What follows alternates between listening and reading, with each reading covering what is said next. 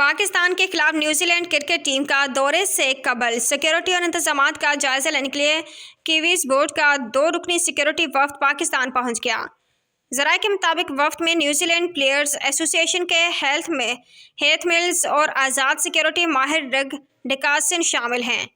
जराये के मुताबिक न्यूजीलैंड का वफ्द पहले मरहले में इस्लामाबाद और रावलपिंडी में इंतजामात का जायजा लेगा, जिसके बाद वफ्द टीम के होटल और पिंडी स्टेडियम भी जाएगा।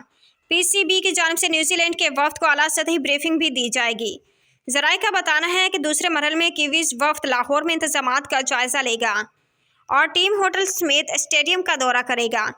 जराये के मुताबिक दौरे से कबल सिक्योरिटी वफ्द के इंतजामात का जायजा लेना मामूल की बात है। मौजूदा शेड्यूल के मुताबिक न्यूजीलैंड की टीम 14 अप्रैल को पाकिस्तान पहुंचेगी।